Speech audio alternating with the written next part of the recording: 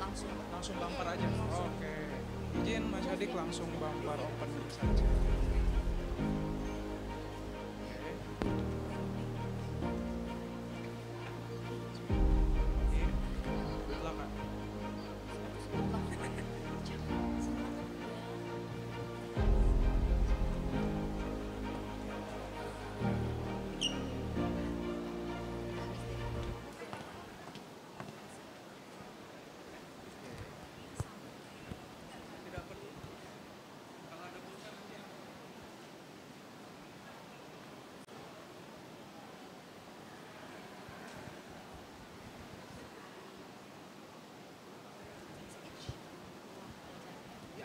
Oke, silakan Mas Adik. Bismillahirrahmanirrahim.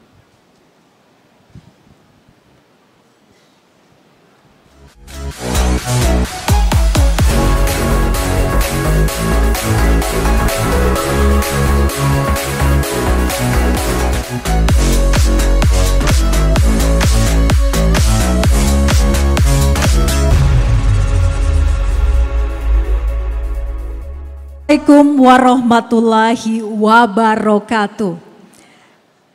Salam sejahtera untuk kita semua. Om Swastiastu, Namo Buddhaya, salam kebajikan. Selamat pagi Bapak Ibu hadirin sekalian.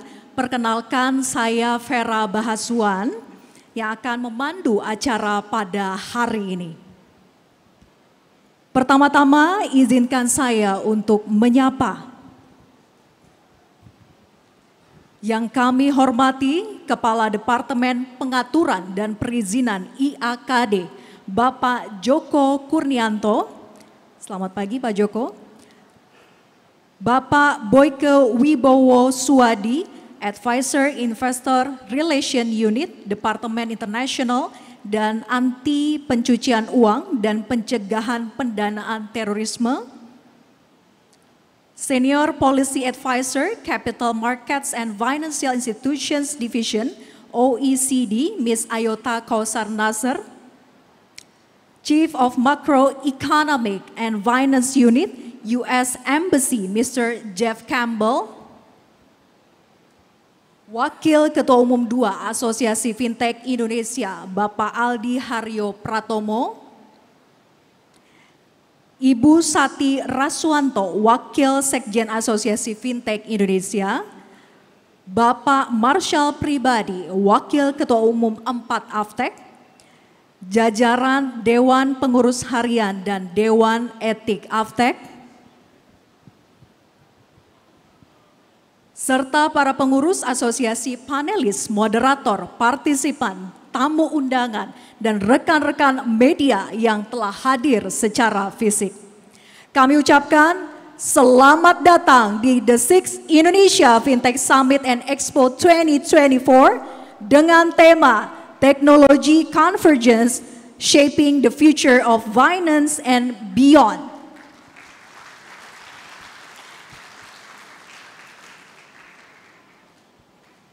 Bapak Ibu yang berbahagia, senang sekali kita bisa berkumpul di hari kedua penyelenggaraan Indonesia Fintech Summit and Expo yang tahun ini terselenggara untuk ke-6 kalinya. Seperti yang kita ketahui bersama melalui tema besar Technology Convergence, Indonesia Fintech Summit and Expo tahun ini mengajak kita semua untuk memahami manfaat inovasi teknologi yang membentuk layanan keuangan menjadi lebih inklusif, cepat, mudah, murah, aman, dan nyaman. Asosiasi Fintech Indonesia, Aftek, mengumpulkan seluruh pemangku kepentingan, memfasilitasi diskusi perkembangan regulasi dan industri terkini, merumuskan strategi advokasi, serta menjalin kolaborasi erat antar pihak untuk mempercepat digitalisasi industri jasa keuangan di Indonesia. Indonesia Fintech Summit and Expo 2024 diselenggarakan atas sinergi dan kerjasama antara Otoritas Jasa Keuangan dan Asosiasi Fintech Indonesia (AFTEK) bersama Asosiasi Fintech Syariah Indonesia (AFSI) dan Asosiasi Fintech Pendanaan Bersama Indonesia (AFPI). Hadirin sekalian, sebagai pembuka, mari kita simak bersama welcoming speech Indonesia Fintech Summit and Expo 2024 Day 2 yang akan disampaikan oleh Wakil Ketua Umum 2 Asosiasi Fintech Indonesia yang kami hormati Bapak Aldi Haryo Pratomo. Kami persilakan.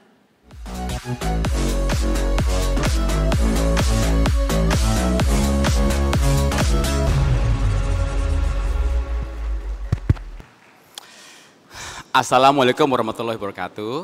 Salam sejahtera, Om Swastiastu, Namo Buddhaya. Pagi Bapak-Bapak, Ibu, hari ini kita akan mulai hari kedua. Semoga semangatnya nggak berkurang. Yang saya hormati Bapak Joko Kurnianto, Kepala Departemen Pengaturan dan Perizinan IAKD. Bapak Theodore Sutarto, Asisten Deputi Bidang Ekonomi Digital, Kementerian Koordinator Perekonomian.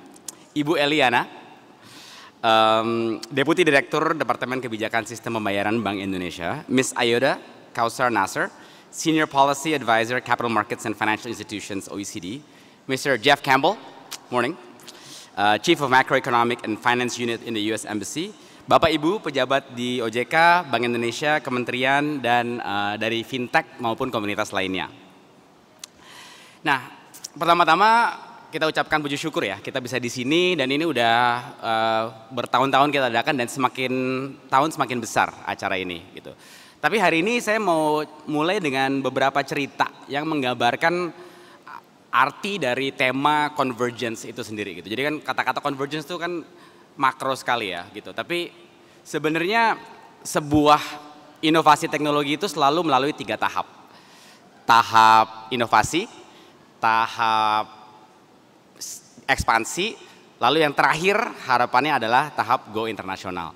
Nah, saya akan memulai dengan 3 cerita. Salah satunya yang tadi pagi ya Bu Eliana kita ngobrol di dalam gitu ya. Satu cerita masa lalu, yang kedua cerita masa kini, dan terakhir mungkin cerita masa depan, cita-cita. Salah satu inovasi yang saya dan Bu Eliana terlibat di awal adalah keris ya Bu ya. Gitu. Jadi keris itu salah satu contoh di mana pada saat masa inovasi itu awalnya sebenarnya nggak gampang ya untuk koordinasi antara, pertama kan ada kita-kita nih di fintech, ya, waktu itu saya masih di GoPay, ada bank-bank yang juga ini siapa nih anak kemarin sore yang mau bikin teknologi baru gitu kan.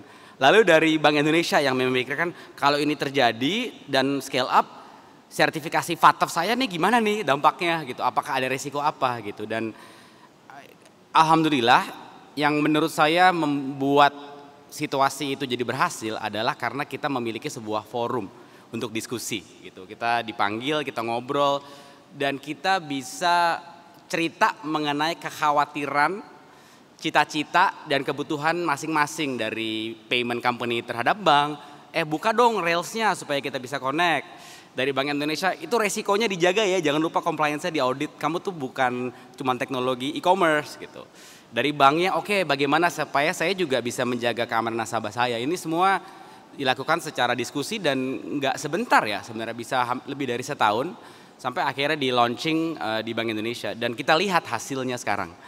Gitu, keris sudah dipakai di puluhan juta merchant gitu dan bahkan sudah mulai ada di luar negeri gitu. Jadi ini contoh di mana convergence dari para pemain, dari regulator maupun dari incumbent yang existing gitu untuk kerjasama gitu. Nah, kalau sekarang keadaannya di fintech ini juga banyak banget karena fintech tuh kayak tiap tahun tuh bisa berubah, bahkan setengah tahun udah ada teknologi baru gitu, apalagi dengan AI ini kan. Nah, saat ini ada beberapa topik yang hot. Salah satu misalnya adalah dari sisi blockchain dan kripto, ya kan. Tadi dibahas lagi gitu, apakah kripto bisa dipakai untuk apa, bentrokannya dengan regulator seperti apa. Dan juga ada digital bank, ada lending. Nah, yang saya lihat kemarin nih, salah satu yang saya sangat apresiasi dari timnya Pak Joko dan Pak Hasan adalah peluncuran Pusat Inovasi OJK, ya Pak ya. Kenapa gitu? Karena akhirnya gitu ada sebuah forum resmi yang tidak terbatas pada sebuah teknologi gitu Pak.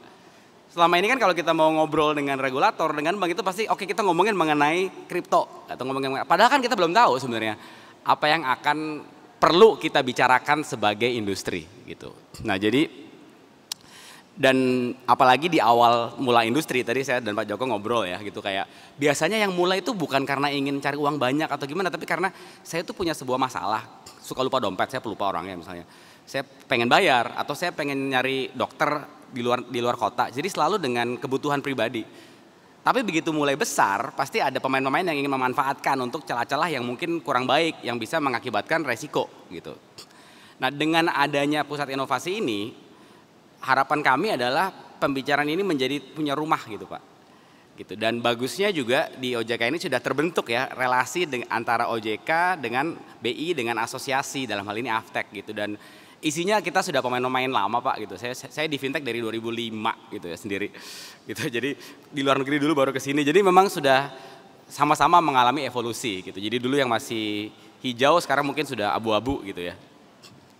Nah, tapi yang saya juga senang adalah keterlibatan dari masyarakat gitu ya, gitu karena kita adakan ini di mall karena kita juga ingin melibatkan masyarakat muda supaya mereka juga teredukasi gitu. Karena bagian kedua dari ekspansi untuk teknologi ini adalah edukasi.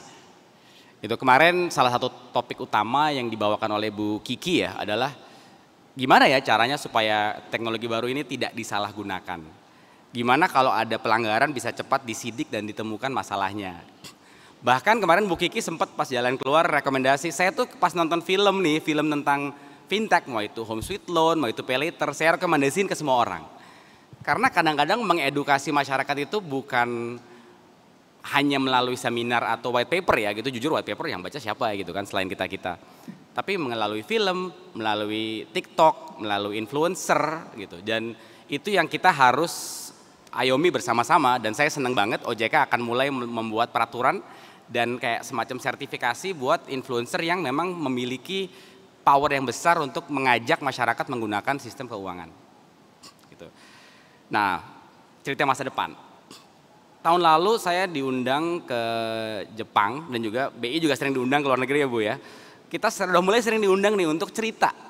Gimana sih kita bisa membuat sistem pembayaran yang begitu berbeda, gimana bisa membuat sistem fintech dan asosiasi yang begitu berbeda. Jadi saya melihat Indonesia ini sudah mulai memiliki posisi leading di depan di beberapa sektor di fintech. Dan bahkan negara-negara yang kita dulu melihat itu sumbernya anime, sumbernya robot seperti Jepang itu sudah mulai ngelihat ke sini gitu untuk GPN, untuk payment, untuk lending gitu. Karena kadang-kadang kalau negara itu belum punya kayak telepon ya, belum punya telepon landline gitu, udah punya seluler malah lebih cepat inovasinya gitu. Nah, saya sih mimpinya ya dengan kita memiliki pusat inovasi ini, dengan kita memiliki koordinasi dan kerjasama antara BI, OJK dengan asosiasi dan juga dengan bank, itu semakin banyak sektor di mana Indonesia bukan hanya sebagai pengguna tapi sebagai pemimpin gitu. Sehingga nanti di masa depan mungkin perusahaan-perusahaan yang ekspansi ke luar negeri seperti Visa, Mastercard itu bukan hanya dari Amerika tapi juga sebagian dari Indonesia gitu. Dan mulainya dari kolaborasi seperti hari ini gitu. Sekian dari saya, terima kasih. Wassalamualaikum warahmatullahi wabarakatuh.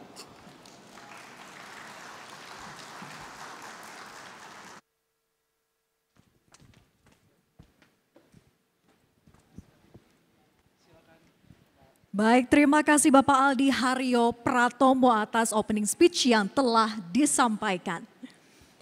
Baiklah Bapak Ibu dan para hadirin sekalian, kita akan masuk ke dalam sesi diskusi pertama pada Indonesia Fintech Summit and Expo 2024 hari kedua ini, yaitu panel discussion yang bertopik KRIS, Indonesia's Passport to Global Payments.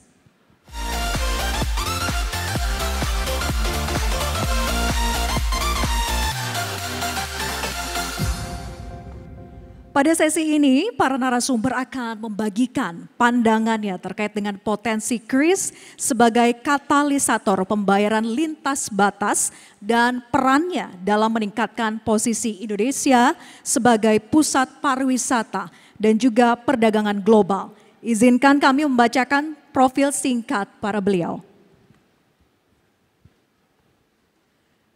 Bapak Theodor Sutarto, Asisten Deputi Ekonomi Digital, Kementerian Koordinator Bidang Perekonomian Republik Indonesia, Dengan pengalaman lebih dari 15 tahun, ia telah mengisi berbagai posisi penting di Kementerian Perdagangan dan Lembaga Kebijakan Pengadaan Barang dan Jasa Pemerintah. Beliau berperan penting sebagai lead negotiator dalam perjanjian kerangka ekonomi digital ASEAN. Ibu Eliana Widiasari, seorang Deputi Direktur dari Departemen Kebijakan Sistem Pembayaran Bank Indonesia. Beliau memiliki pengalaman di bidang pengaturan dan pengawasan perbankan, stabilitas sistem keuangan, serta sistem pembayaran. Beliau juga terlibat di berbagai proyek antara lain anti pencucian uang, serta pendanaan terorisme, pengembangan infrastruktur, sistem pembayaran retail, Project Nexus, kemudian kerjasama kelembagaan, kerjasama internasional, serta komunikasi kebijakan sistem pembayaran. Bapak Vincent Iswara selaku CEO dan co-founder Dana, beliau memiliki visi dan misi untuk mendorong transformasi Indonesia menuju cashless society melalui solusi dompet digital yang dikembangkan oleh talenta lokal. Dan beliau memiliki pengalaman yang luas di bidang teknologi, jasa pembayaran, dan bisnis. Bapak Eko Dedi Rukminto pernah menjabat sebagai VP Enterprise Data Center Sales periode 2015 hingga 2016 dan VP Finance and Banking Sales periode 2016 hingga 2018 di PT Sigma Cipta Caraka, Telkom Sigma. Sebelum bergabung dengan Telkom Sigma, Eko juga pernah berkarir di industri perbankan. Kemudian di Bank Danamon selama 10 tahun, Eko ditunjuk sebagai Direktur PT Jalin Pembayaran Nusantara sejak Maret 2023 hingga sekarang. Sesi panel diskusi ini akan dimoderatori oleh Head of Product and Technology Asosiasi Sistem Pembayaran Indonesia ASPI, Bapak Tata Marta Dinata. Beliau merupakan sosok penting di balik pengembangan sistem pembayaran di Indonesia, khususnya dalam pengembangan Quick Response Code Indonesian Standard atau KRIS dan juga Standar Nasional Open API Pembayaran. Mari kita sambut bersama Bapak Ibu dengan tepuk tangan yang meriah kepada Bapak Theodor Sutarto, Ibu Eliana Widiasari, Bapak Vincent Iswara, Bapak Eko Dedi Rukminto, Bapak Kristanto Subianto, dan moderator kita, Bapak Tata Marta Dinata. Kami persilakan untuk naik ke atas panggung dan memulai sesi pertama.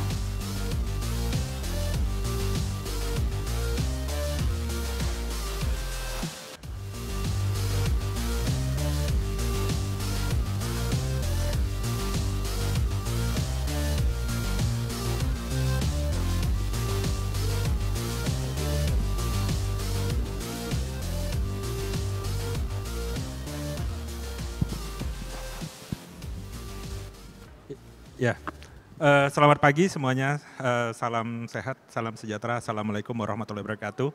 Selamat pagi Bapak dan Ibu pembicara diskusi kali ini. Seperti yang sudah disampaikan bahwa hari ini kita akan mendiskusikan atau berdiskusi mengenai KRIS dan cross bordernya.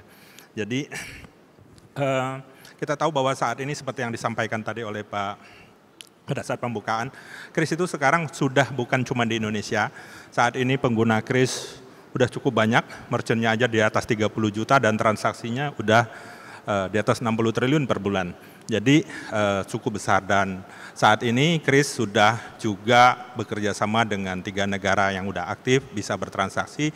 Kita ke negara tersebut yaitu Malaysia, Thailand, dan Singapura dan juga dari mereka. Nah untuk itu saya langsung tanya aja ke Bapak dan Ibu di sini ya. Pertanyaan yang pertama ini nanti semuanya saya mohon tanggapannya gitu ya. Saya coba mulai dari Bank Indonesia dulu ya kalau ini ya. Karena KRIS ini Tentunya sebagai regulator dari sistem pembayaran ya Bu Eliana, sebenarnya bagaimana sih dampak kris ini untuk pembayaran domestik dan karena kris sekarang sudah bisa berada di beberapa negara ASEAN, apa sebenarnya challenge atau tantangannya dari kris itu sendiri Bu? Monggo Bu. Terima kasih Pak Tata. Selamat pagi Bapak Ibu yang ada di Kota Kasablanka. Untuk pemanasan sebelum stres, karena diskusinya kayaknya ini saya kasih pantun dulu ya, seperti biasa. Izin Pak, saya kasih pantun dulu Pak Joko. Keliling dunia terasa mudah, menikmati indahnya benua dan samudra. Kini keluar negeri tidak perlu gundah, belanjanya pakai kris antar negara.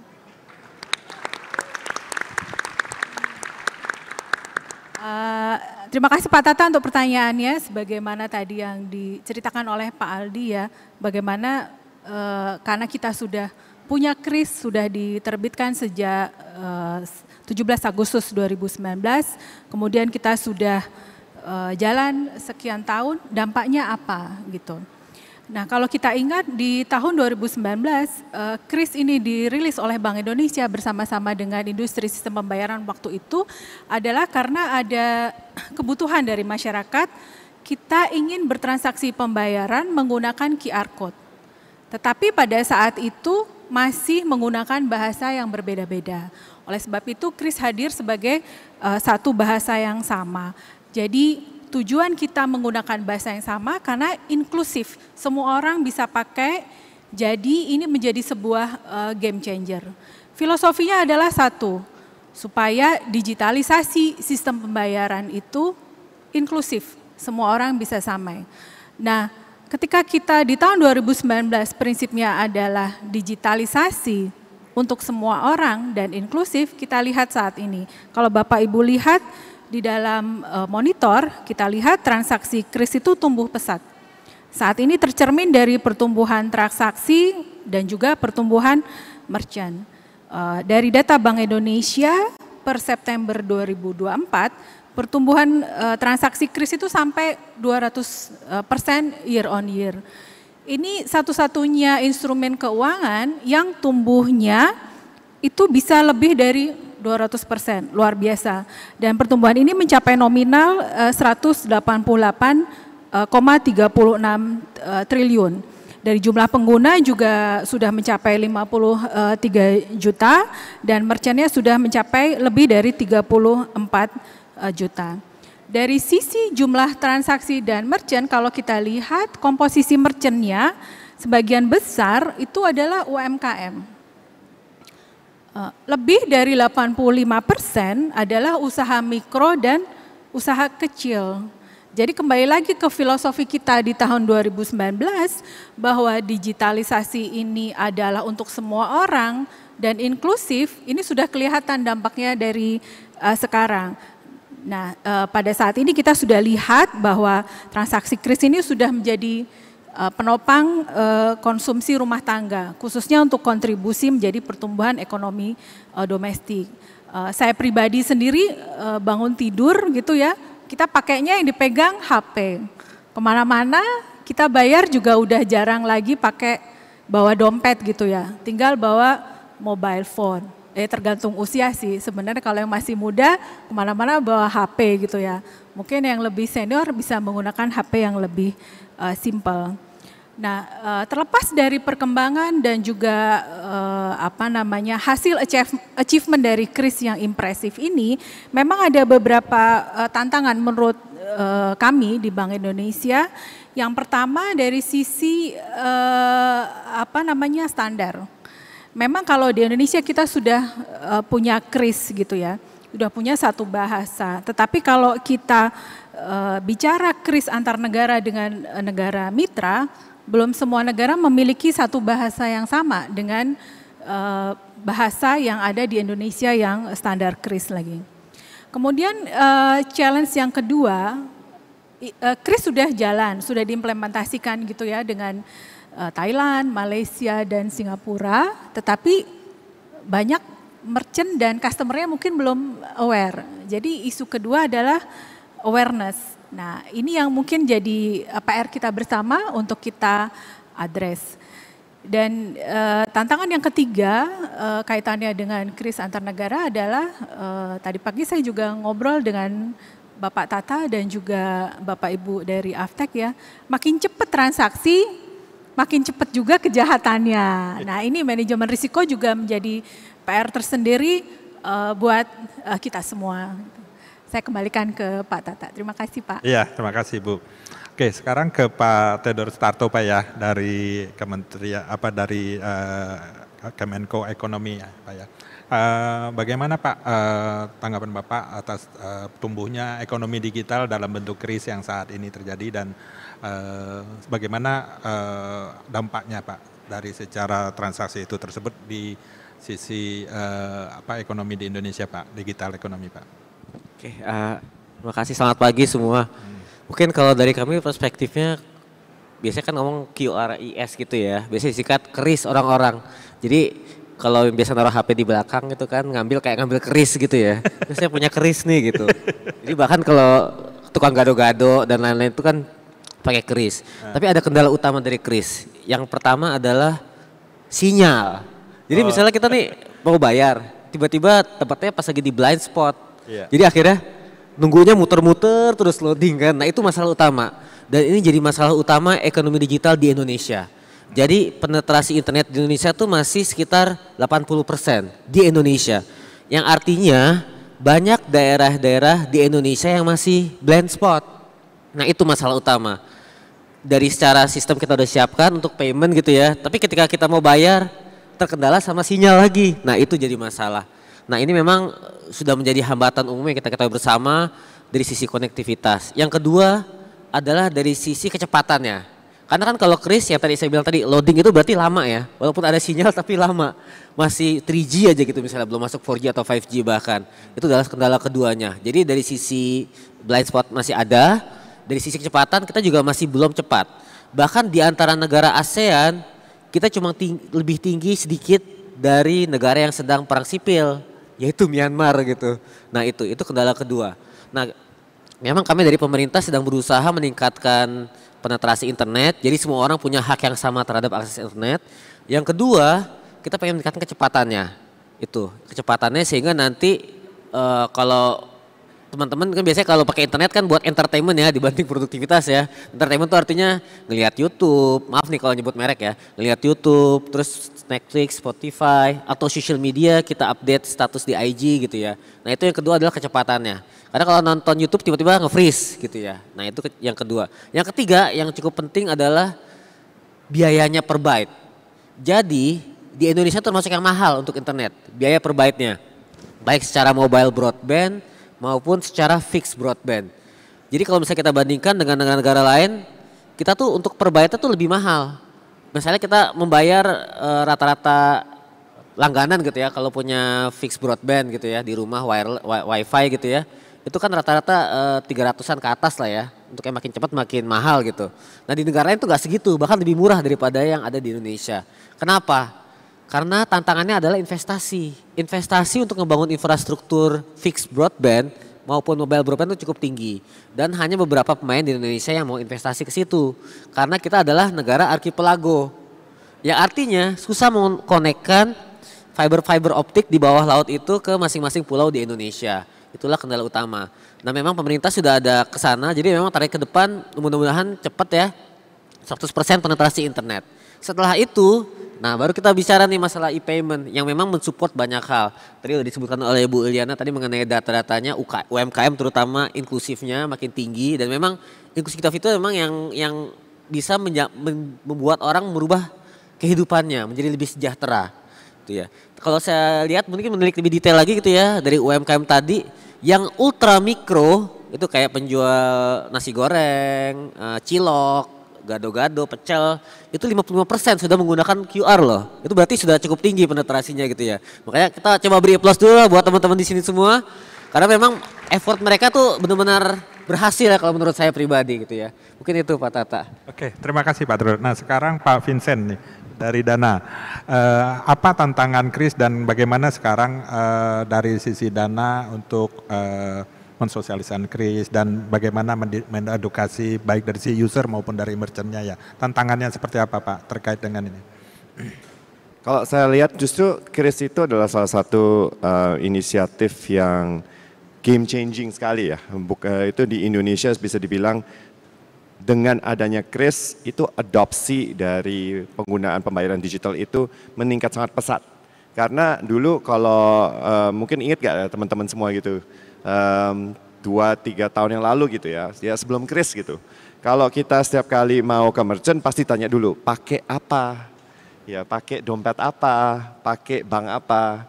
Nah, terus kalau itu, oh sorry nggak bisa. Nah itu kan repot. Nah sejak adanya kris itu langsung menjadi universal, kita tinggal datang ke semua merchant, kita dengan ke toko-toko, apakah itu mikro, apakah itu kecil, menengah, sampai yang merchant besar pun tinggal, oh ada kris, semua langsung bilang bisa gitu. Kadang-kadang masih ditanya pembayaran masih menggunakan apa, kita tinggal jawab pakai kris, oke diterima juga. Jadi wah itu salah satu yang terbaik ya, baik sekali ya, terima kasih dengan BI. Nah terus tapi juga kita melihat pasti ada beberapa tantangan ya, kalau kita sudah universal, semua sudah mengadopsi. Nah jadi salah satu tantangan itu adalah dari onboarding. Kita di industri itu harus bisa meng-onboarding dengan baik merchant-merchant, apakah itu kategorinya kecil, menengah, apapun besar, itu kita juga harus melihat gimana supaya yang masuk ke dalam ekosistem kita itu adalah pengguna atau penjual gitu, pedagang yang baik gitu. Karena kalau disalahgunakan, ini juga menjadi salah satu loophole yang bisa digunakan untuk hal-hal yang tidak baik gitulah ya. Jadi itu semua adalah kita juga tadi Bu Eliana juga sudah menyampaikan standarisasi itu penting sekali. Standarisasi kita juga dengan security, kita juga berbilang dengan assessment gitu, risk assessment yang bisa di-onboard di ekosistem kris ini harus bisa dilakukan dengan baik, dengan prudent, dan kita semua harus menjaga karena ini adalah ekosistem yang bisa kita bilang ke depan untuk Indonesia bisa menjadi salah satu tumpangan perekonomian, apalagi perekonomian digitalisasi yang bisa meningkatkan economic growth. Nah, jadi kita harus menjaga itu semua, jangan sampai dengan ada hal-hal yang pemain-pemain yang memasuki menggunakan fasilitas ini bisa menyalahgunakannya. Jadi itu salah satu tantangan. Terus tantangan kedua pasti gitu, kita juga melihat bahwa kris ini juga sudah cross border ya. Nah, bisa digunakan di pancanegara gitu. Sekarang bisa digunakan di Thailand, Malaysia, di Singapura. Kedepannya kita kita menunggu dengan beberapa negara yang lainnya, contohnya Jepang, Korea, dan China. Kita semua menunggu itu semua. Dan ini baik, opportunity makin baik lagi karena tourism akan makin mudah. Kemana-mana saya tinggal benar, saya waktu itu kemarin di Singapura, acara Singapura Fintech Festival, saya tinggal tidak menggunakan cash sama sekali Pak. Bu, Pak ya, kita semua itu dari airport sampai saya pulang itu semua saya tinggal pakai Dana. Itu sangat mudah, sangat user friendly, terus exchange rate-nya juga bagus sekali gitu. Jadi saya merasa ini saya diuntungkan sekali nih. Nah, jadi itu kesempatan yang baik juga. Tapi juga kita melihat untuk cross border ini beberapa tantangan, misalnya kalau kita melihat juga gitu ada transaksi-transaksi yang masih terhambat, itu resolutionnya masih take times. Tapi ya itu semua saya rasa part of the growing up ya. Kita melihatnya ke depan itu juga makin banyak bersama-sama kita solve together. Jadi opportunity nggak cuma untuk pengguna, tapi untuk merchant sendiri juga banyak sekali mendapatkan income tambahan dari tourism ini sendiri. Oke, terima kasih. Jadi tadi Pak Vincent udah bilang pakai aplikasi apa aja, kalau udah kris bisa nyambung. Nah sekarang yang menyambungkan salah satunya adalah Jalin. Silakan Pak Eko, apa tantangannya dan pengalamannya selama ini membantu interconnected dan interoperability dari kris ini Pak. Silakan Pak. Baik, terima kasih Pak Tata, Bapak Ibu sekalian, hadirin sekalian. Ya, Jalin merupakan salah satu perusahaan switching sebagai penyelenggara infrastruktur pembayaran. Tentunya kami mensupport untuk inisiasi ini yang memang oleh Bank Indonesia yang cukup inovatif gitu ya, dan didukung juga oleh teman-teman ASPI tentunya sebagai perpanjangan tangan Bank Indonesia dan mitra bagi kita. Nah, saya lihat, kami melihatnya ini suatu langkah yang strategis lah dari khususnya pemerintah Indonesia, sehingga kita bisa memperluas layanan pembayaran gitu ya untuk antar negara. Jadi nanti masyarakat Indonesia, bukan nanti, saat ini masyarakat Indonesia sudah bisa melakukan berbagai macam transaksi dengan hanya menggunakan KRIS, kita nyebutnya cross border. Saat ini sudah live itu di 3 negara ya Pak, ada di Thailand, Malaysia dan Singapura. Nah, menurut kami memang segala sesuatunya jadi mudah. Jadi memang transaksinya kan bisa dilakukan inbound dan outbound bagi wisatawan gitu ya yang datang dari luar negeri, datang ke Indonesia mulai dari sampai di bandara atau airport, kemudian menggunakan transportasi lokal, pembelian makanan, minuman, dan mungkin juga termasuk pemesanan pembayaran hotel, restoran, dan tempat-tempat wisata misalnya, dan juga untuk berbagai kegiatan pembayaran lainnya.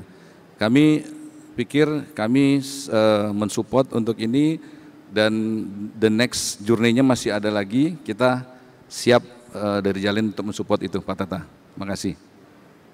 Oke, terima kasih Pak Eko. Nah, sekarang saya ke Pak Kris ya Pak ya. Sebagai yang kalau cross border ini kan ada turis Pak ya. Nah, selama ini pengalaman Bapak dari Asosiasi Travel Agent ya Pak ya, apakah sudah bersentuhan dan bagaimana sebenarnya Kris berada di sisi sektor pariwisata itu sendiri Pak? Ya, terima kasih Pak pertanyaannya. Jadi kalau saya mungkin cuman dari sudut user Pak ya, kan saya user Pak, user kan cari yang nyaman aja Pak ya kira-kira. Jadi memang industri pariwisata itu kan lingkupnya hampir semua lapisan, dari yang paling mahal harganya sampai yang paling murah, karena itu kan sampai ke multiplier efek dari pariwisata itu kan sampai ke tukang parkir, souvenir dan lain-lain.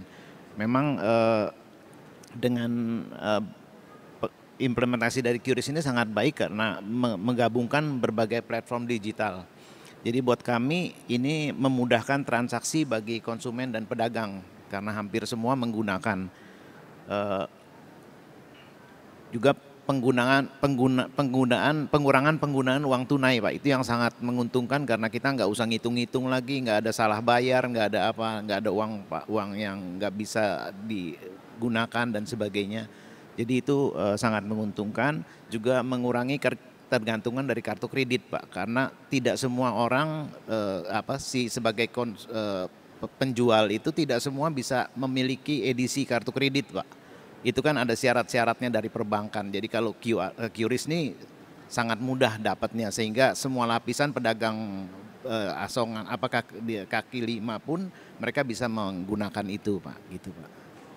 Terima kasih Pak. Oke, terima kasih. Nah, sekarang saya mau lebih spesifik ke cross bordernya. Saya kembali ke Pak Theodorus Tarto Pak ya. Nah, dari Kementerian Koordinator Bidang Perekonomian itu ada yang terkait dengan inisiatif DEVA Pak ya, yang framework dari agreement dari digital economy framework Pak ya. Nah, Bapak bisa menjelaskan Pak bagaimana sebenarnya antara DEVA dengan KRIS dan The Digital ini Pak dari sisi ASEAN Pak. Terima kasih. Ini sebenarnya kesempatan nih. Jadi juga mungkin banyak yang belum tahu mengenai DEVA ya, Digital Economy Framework Agreement. Untuk ASEAN sendiri sebenarnya punya ambisi yang sangat tinggi. Jadi waktu Indonesia menjadi ketua ASEAN 2023, kita meluncurkan atau meresmikan adanya perundingan DEVA. Alasannya cuma satu, jadi ambisinya adalah ASEAN menjadi region, menjadi hub region untuk digital economy. Karena nggak ada tuh di region manapun di dunia yang akan mempunyai framework agreement ini. Tapi sebagai konteks, ini adalah framework agreement ya, yang artinya adalah ini kita membuat kerangkanya. Jadi kerangkanya sehingga nanti negara-negara ASEAN bisa membuat aturannya sendiri terkait chapter-chapter yang ada di dalam perundingan itu. Misalnya ini ada 9 elemen sebenarnya yang dibahas. Yang pertama yang cukup dikenal gitu ya terkait dengan digital trade atau perdagangan secara digital. Ada paperless trading di dalamnya di situ. Kemudian ada e-payment di situ, ada e-invoicing di situ juga. Jadi semua lengkap lah, paket lengkap lah terkait digital semuanya. Terus ada e-consignment, nanti gimana express consignmentnya. Terus ada macam-macam lah. Dan termasuknya di sini adalah e-payment, terutama e-payment di sini. Kami dari kantor Menko memang terlibat langsung dalam DEFA ini dan ini melibatkan 10 negara ASEAN. Dan tadi memang benar. Jadi waktu ngomongin kris gitu ya misalnya ya, waktu saat perundingan, saat sela-sela saya nanyain ke teman saya dari negara lain, kalian udah pernah nyobain pakai QR payment belum di sini? Dan sebagian besar menjawab sudah. Dan mereka contohnya mungkin kalau yang dari Filipina mungkin karena nggak koneksi langsung ya, dia menggunakan aplikasi yang dari Inggris namanya Wise gitu ya. Dia tuh bisa ternyata bayar pakai Wise di Indonesia ya, di mall gitu misalnya. Begitu juga dengan negara-negara lain yang memang sudah ada koneksi seperti tadi disebutkan Singapura, Malaysia dan juga dari satu lagi Thailand. Ya, dari Thailand, kami Thailand. Nah, dengan menggunakan kris ini mempermudah kita membicarakan diskusi dalam hal e-payment tadi.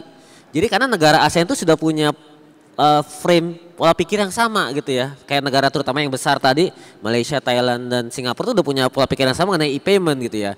Namun memang ada sedikit cakupan yang memang arahnya nanti ke interoperability. Artinya nanti secara ASEAN, secara region kita akan bisa menggunakan kris yang ada di HP kita ini. Artinya gitu. Nanti berarti tempatnya Pak Vincent nanti dana bisa dipakai di mana-mana tuh di ASEAN gitu ya. Itu. Artinya itu. Dan yang kedua adalah sementara ini modenya masih interconnectivity ya Bu ya. Belum interoperability. Tapi kita mesti interconnectivity karena mode dari perbankan itu sendiri, dari jasa keuangan itu sendiri.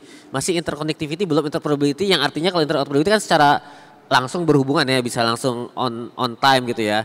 Karena kan kita kan masih beda, clearingnya beda jamnya juga di tiap negara gitu ya karena perbedaan waktu. Jadi memang masih interconnectivity. Tapi mode ke depannya in the future ASEAN tuh bakal menjadi sangat fast moving di bidang digital dengan adanya DEFA ini. Itu ya Pak Tata. Oke, terima kasih Pak. Nah kalau dari kris sendiri bagaimana Pak pandangan Bapak mengenai kris sendiri untuk digital ekonomi, visi digital ekonomi Indonesia Pak? Untuk kris sendiri memang kita harusnya berbangga ya. Sekali lagi saya memberikan apresiasi berbangga karena memang kita cukup maju ya. Di Indonesia cukup lumayan dikenal krisnya itu ya. Bahkan di negara-negara ASEAN lain gitu ya. Dan memang kita banyak menjadi success story atau contoh gitu bagi negara-negara lain gitu ya. Dan itu membuat kami bangga sebenarnya. Dan kris ini nanti akan linkage ke yang lain-lain. Karena nanti di dalam DEFA itu sendiri misalnya kita ngomong ada digital ID yang nanti ada autentifikasi langsung gitu ya. Itu akan masuk juga tuh ketika nanti kita menggunakan e-payment dari kita, apakah benar ini milik ya misalnya si Theo atau Ibu Iliana, merek ini krisnya Bu Iliana itu nanti akan kedetek sendiri dengan autentifikasi. Jadi ada layer-layer untuk pengamanan sebenarnya yang membuat jadi tetap prudent nanti penggunaan dari QR code ini. Itu Pak Tata. Oke, terima kasih Pak. Sekarang saya ke Bu Eliana Bu. Bagaimana Bu mengenai perkembangan pembayaran kris antar negara Bu ya, khususnya yang cross border ini, apa sih tadi sudah disampaikan udah ada 3 negara, key success faktornya seperti apa Bu gitu, dan bagaimana kalau seandainya mau expand atau direplikasi ke negara lain, tentunya masih ada pipeline untuk masuk ke negara ASEAN lain yang seperti disampaikan tadi kan ASEAN punya keinginan untuk saling terhubung dari sistem pembayaran. Silakan Bu. Baik, makasih Pak Tata. Kalau kita lihat perkembangan kris sebenarnya sejak tahun 2019 kita udah ngembangin MPM bahkan sampai ke kris antar negara dan ini juga bisa dipakai oleh turis, tidak hanya turis tapi yang diuntungkan juga merchant yang sebagian besar dari UMKM tadi. Nah, ketika kita sudah mengimplementasikannya ke Thailand waktu itu, kemudian berhasil di Thailand tahun 2022, kemudian kita coba replicate ke Malaysia dan ke Singapura di tahun 2023. Terima kasih juga apresiasi yang sebesar-besarnya nih kesempatan untuk kepada Bapak Ibu penyelenggara jasa pembayaran yang turut serta berpartisipasi Makasih Pak Vince. Tahun 2022 sampai 2023 dan sekarang. Nah sekarang pertanyaan tadi menarik nih, sebenarnya key sukses faktornya apa ketika kita berhasil implement di Malaysia, kemudian sampai dari Thailand, kemudian Malaysia dan Singapura gitu ya.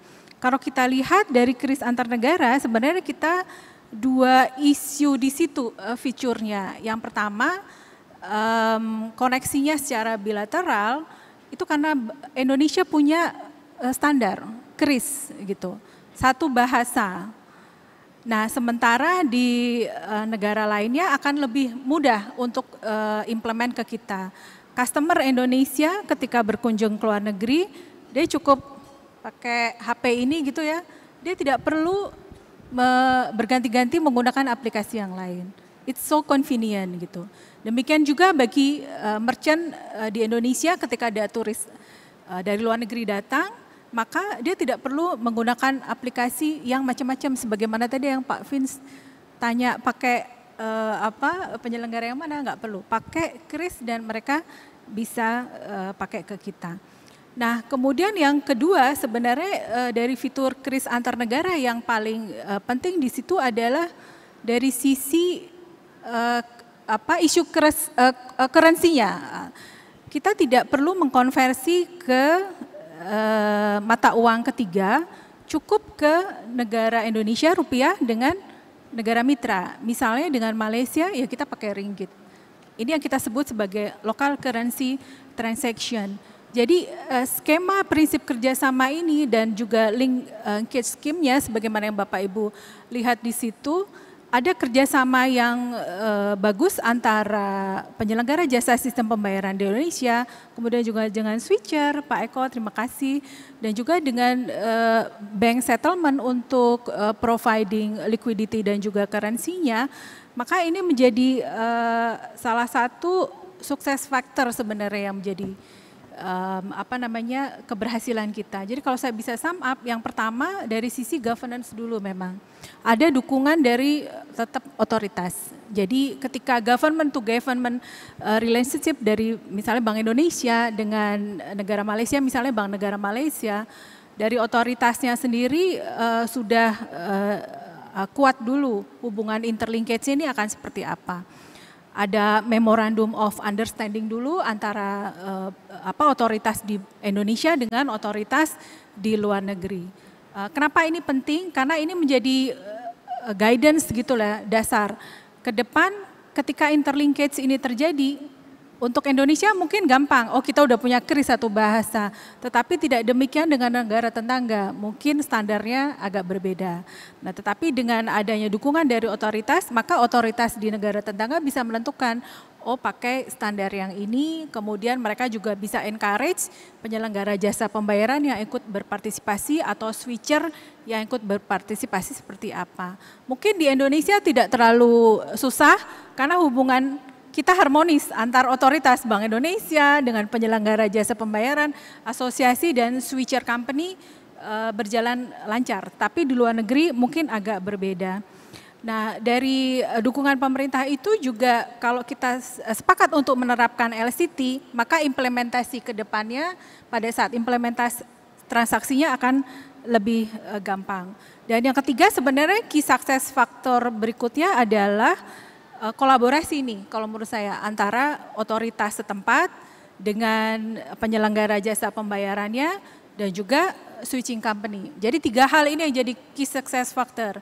Dukungan dari otoritas, yang kedua dari sisi standar nasionalnya, lalu yang ketiga sinergi antar otoritas dan juga private sectors-nya.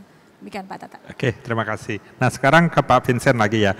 Pak Vincent tadi bilang pergi ke Singapura nggak keluar uang sama sekali, pakai dana bisa jalan. Nah, saya ingin bertanya mengenai kalau transaksinya lama kan orang nggak mau pakai ya gitu. Bagaimana dana memproses transaksi itu cepat dan efisiensi? Kalau tadi kan kursnya bagus dan sebagainya, mungkin bisa sampaikan Pak bagaimana meningkatkan kepuasan nasabah dan kecepatan dan sebagainya terhadap transaksi ini supaya jadi alternatif pembayaran, Pak. Oke, mungkin kalau kita lihat dari sisi proses ya pembayaran di Indonesia, apalagi dengan kris ini kan kita sudah dalam arti sudah standarisasinya tidak cuma dengan Kris tapi dengan Snap, dengan Open API. Jadi interkoneksi dengan switching, dengan merchant, dengan bank-bank itu sudah juga dengan satu bahasa. Nah, karena dengan adanya standarisasi ini, makanya kalau kita melihat proses yang berlangsung dari pembayaran ini bisa berlangsung dengan baik, bisa berlangsung dengan cepat. Contohnya sekarang ini banyak sekali kita sudah melakukan settlement itu same day atau at maximum the next day. Jadi untuk merchant sendiri itu terbantu sangat banyak sekali gitu ya, kan bagi mereka cash flow itu sangat penting. Nah sekarang ini juga kalau kita melihat dengan Kris Border itu sama di sisi Indonesia gitu. Jadi kalau lagi ada transaksi apakah itu dari domestik, apakah itu dari turis mengunjungi Indonesia gitu, bisa bertransaksi, itu merchant tetap menerima settlementnya sama dengan yang terjadi dengan untuk issuer yang di lokal sendiri. Satu itu membantu sangat banyak. Kedua juga itu karena dengan berlakunya digitalisasi dengan Kris ini itu benar-benar transparansinya untuk rekonsiliasinya itu bisa berlangsung dengan sangat baik dan sangat cepat juga. Jadi kalau kayak saya lihat sih itu salah satu keuntungan lah ya dari prosesnya. Itu pertanyaannya. Tadi kurang dengar soalnya. Oh ya, satu lagi itu mengenai kecepatan transaksi kan udah ya Pak ya. Tadi untuk masalah biaya udah efisiensi udah kejawab sih Pak. Oke, ya. sip. Thank you. Ya, kemudian Pak Eko nih terkait dengan fraud dan perlindungan nasabah. Gitu Pak, perlindungan data ya. Bagaimana Pak tanggal ini Pak? Baik Pak Tata, memang dengan adanya suatu kemudahan biasanya ada sesuatu yang rentan juga untuk bisa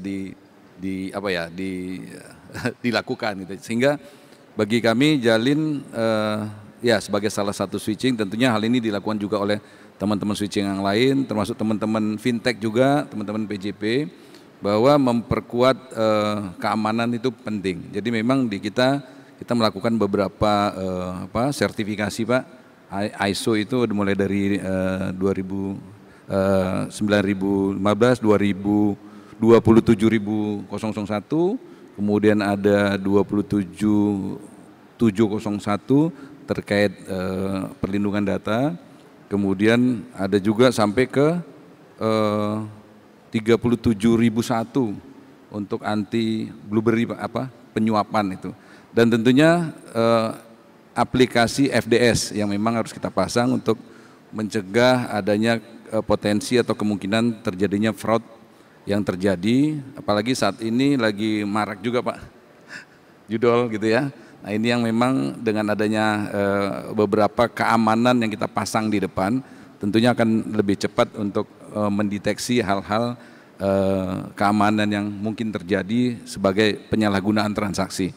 Mungkin itu Pak dari kami. Oke, terima kasih Pak Eko. Nah sekarang user Pak, apa manfaat yang udah dirasakan Pak secara singkat dari sisi Astindo ya Pak Kris ya? Bisa di ini Pak? Ya. Nah, Kris. Kembali lagi sebagai user Pak ya. QRIS itu sangat mendukung sekali Pak. Jadi apalagi kalau lintas batas itu kan pertukaran uang segala macam exchange rate kita nggak usah repot lagi gitu. Kita langsung pakai aja gitu kan.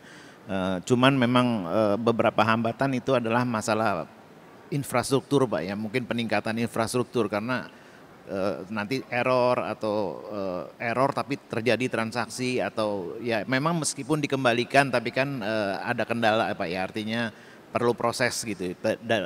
Tujuannya kemudahan tapi akhirnya jadi agak repot. Lalu kita juga memerlukan edukasi dan promosi untuk lebih memperkenalkan QRIS mengenai manfaat dan mengenal fungsinya gitu supaya lebih banyak penggunanya gitu.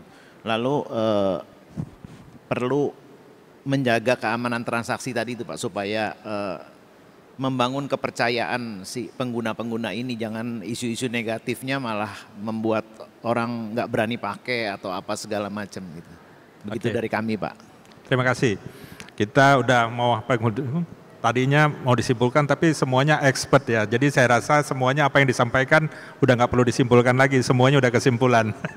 Ya, jadi sebelum kita akhiri, mohon masing-masing panelis menyampaikan sambutan kata-kata penutupnya. Saya mulai dari Pak Kris, silakan.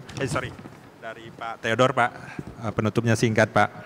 Oke, mungkin kalau dari saya satu kalimat adalah ini potensinya gede ya, dan ini bakal menjangkau seluruh ASEAN. Jadi ya silakan manfaatkan ini. Terima kasih. Oke, terima kasih. Dari Bu El, ya Bu. Makasih Pak Tata. Kris sebagai game changer untuk mendukung digitalisasi yang inklusif dalam rangka mendukung pertumbuhan ekonomi domestik. Mari kita sukseskan Kris antar negara supaya transaksi sistem pembayaran kita juga semakin cepat, mudah, murah, aman, dan handal.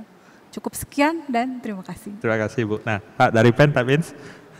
Oke, kalau dari saya kita semua harus bangga dengan suksesan Kris ini karena tadi sudah disampaikan juga dengan Bu Liana, dengan Pak Theodor bahwa di Indonesia ini sekarang sudah menjadi panutan di negara-negara lain juga. Kita tuh dulu kita selalu benchmarking keluar, sekarang kita di benchmark. Banyak negara-negara yang membenchmark Indonesia gimana sih kok bisa dalam kurun waktu ya, kita kan mulai 2020 ya Bu ya.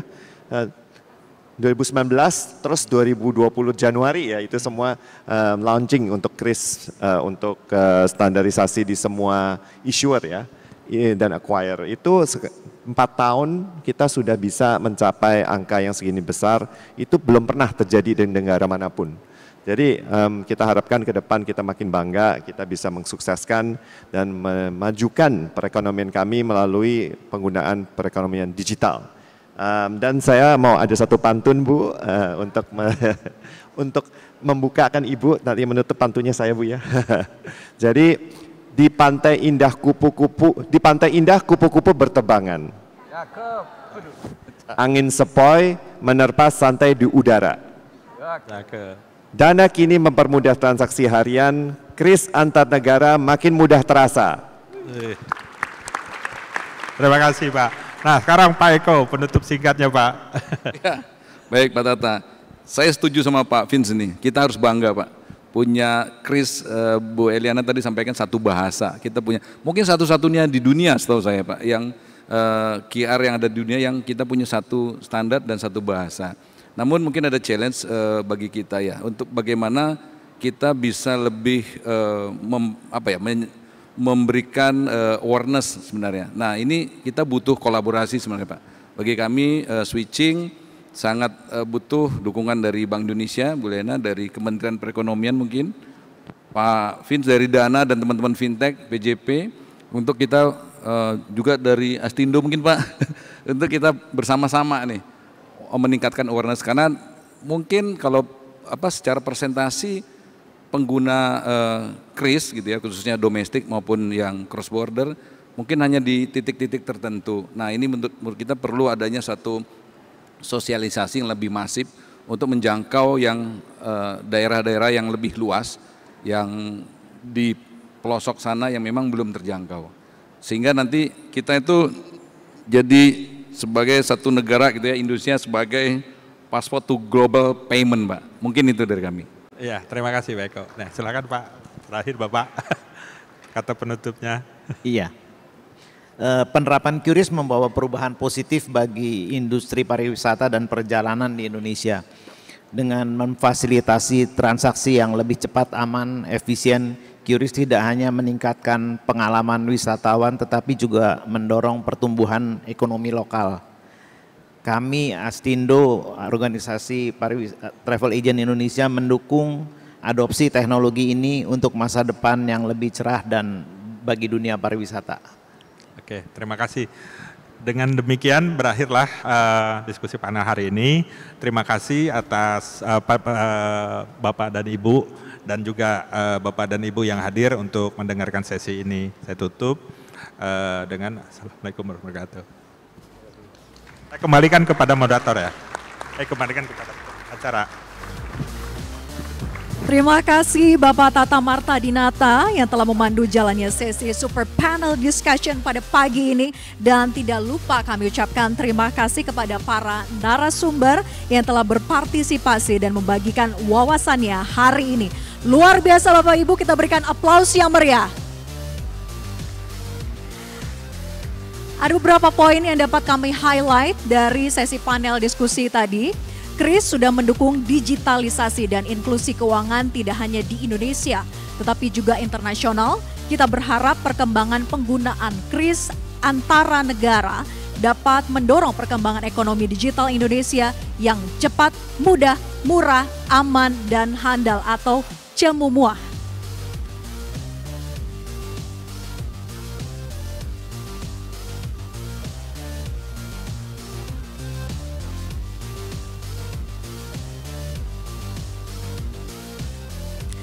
Para hadirin sekalian, selanjutnya kita akan masuk ke dalam sesi diskusi berikutnya, yaitu panel discussion kedua yang bertopik Sandbox to Success, Your Fintech Startup Journey.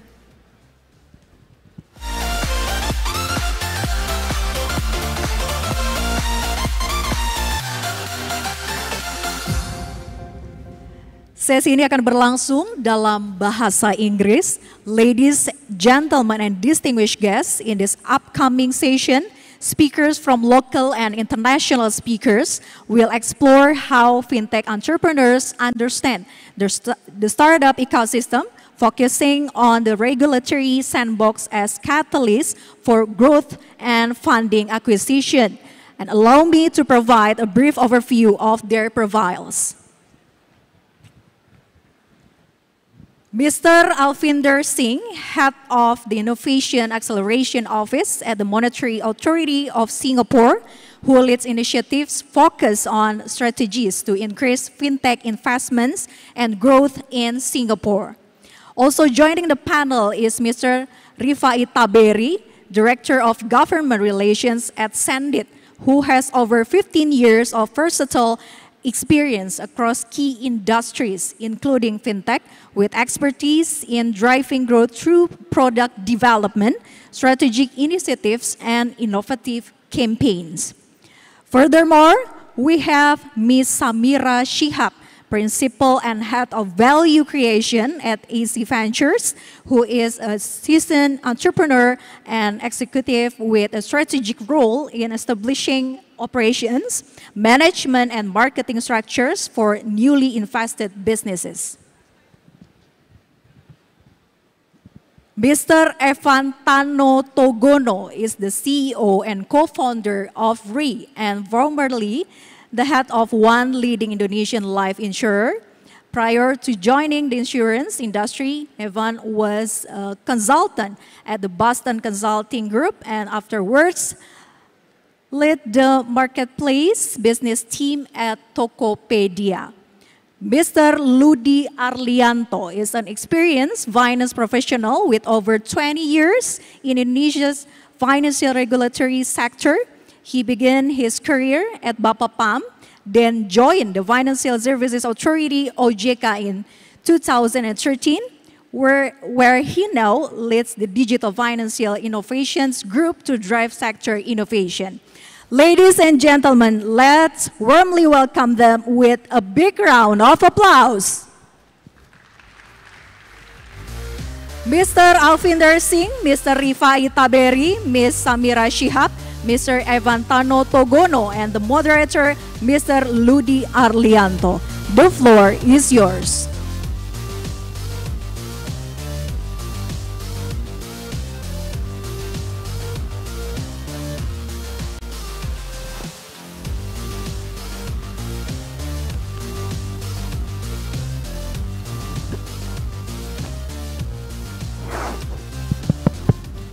Cek.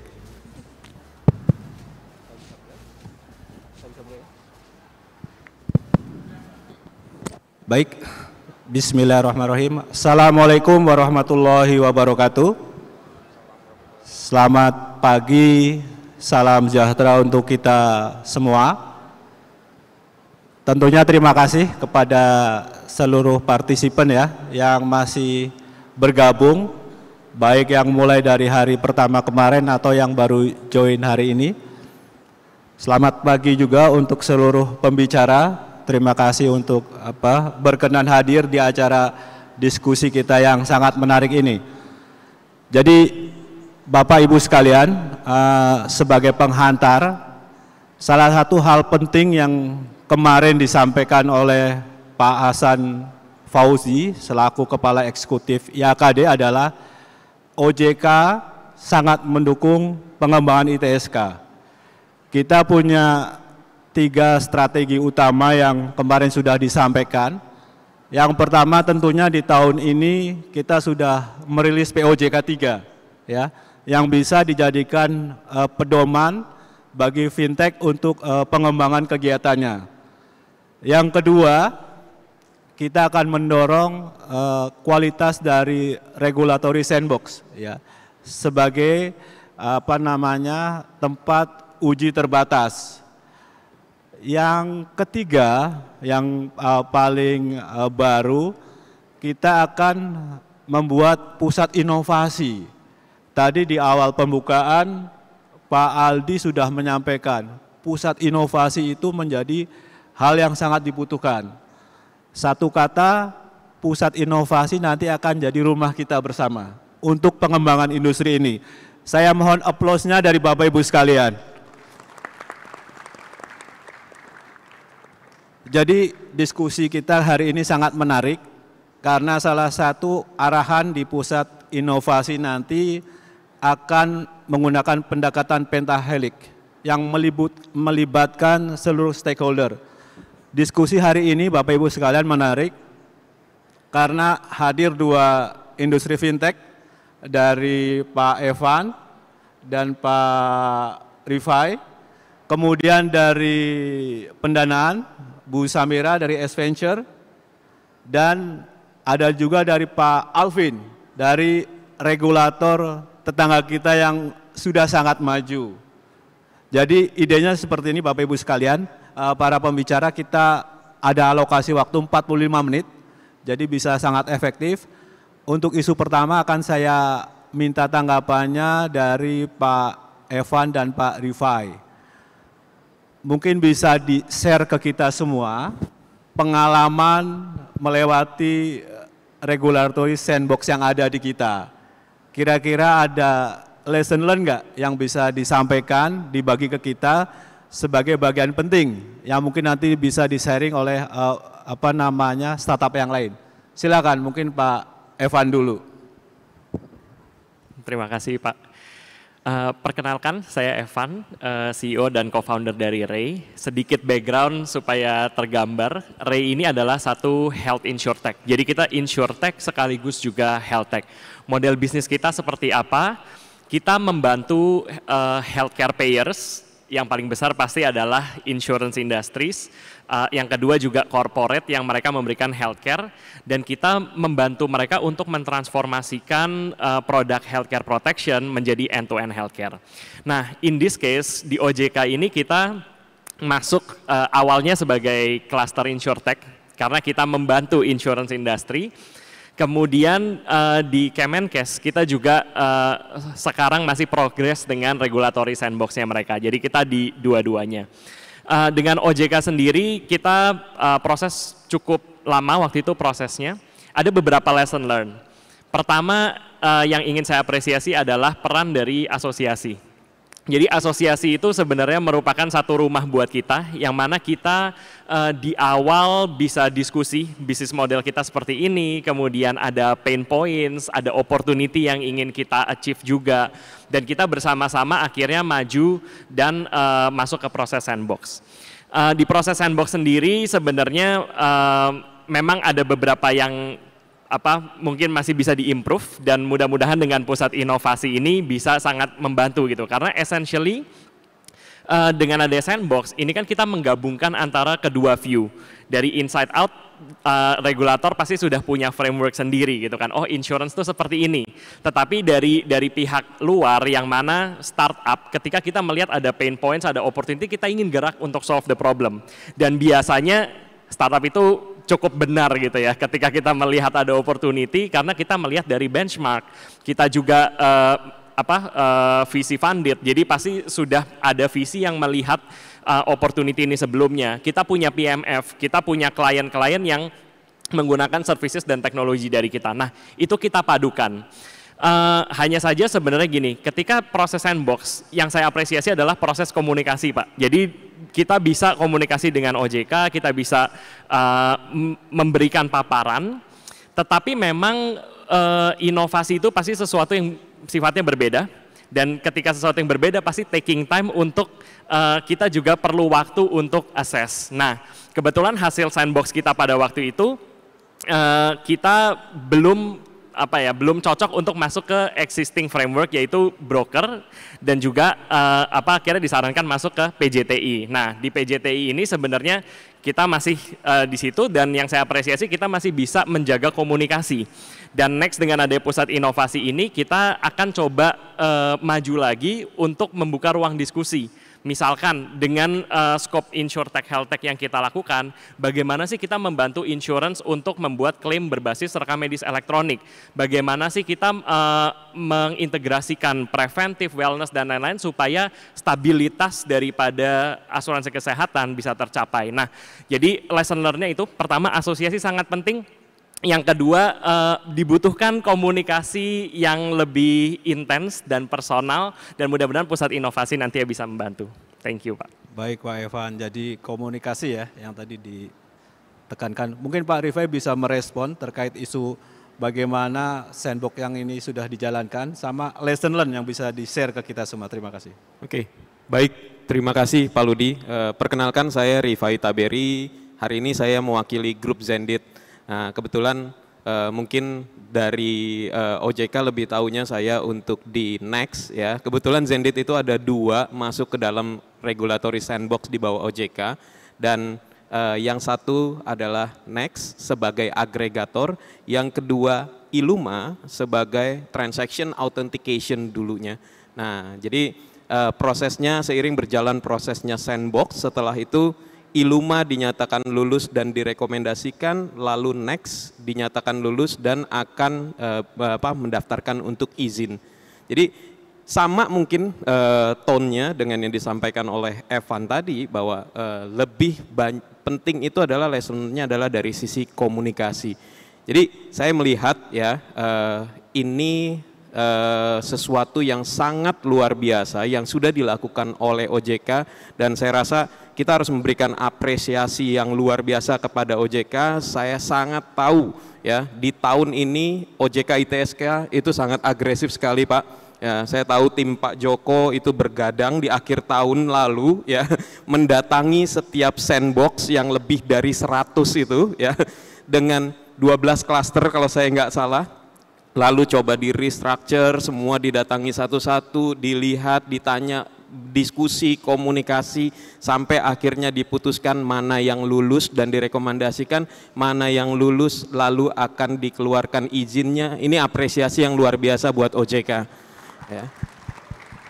Nah, sebagai tambahan ya, komunikasi kita belajar dari situ bahwa terkadang kita nih di industri juga agak cenderung takut buat nanya ke regulator gitu ya. Terkadang ada beberapa kecenderungan lebih baik minta maaf daripada minta izin. Itu sebenarnya suatu habit yang menurut saya kita harus rubah, dan semua sandbox dan OJK ini juga tujuannya untuk apa? Percepatan inovasi.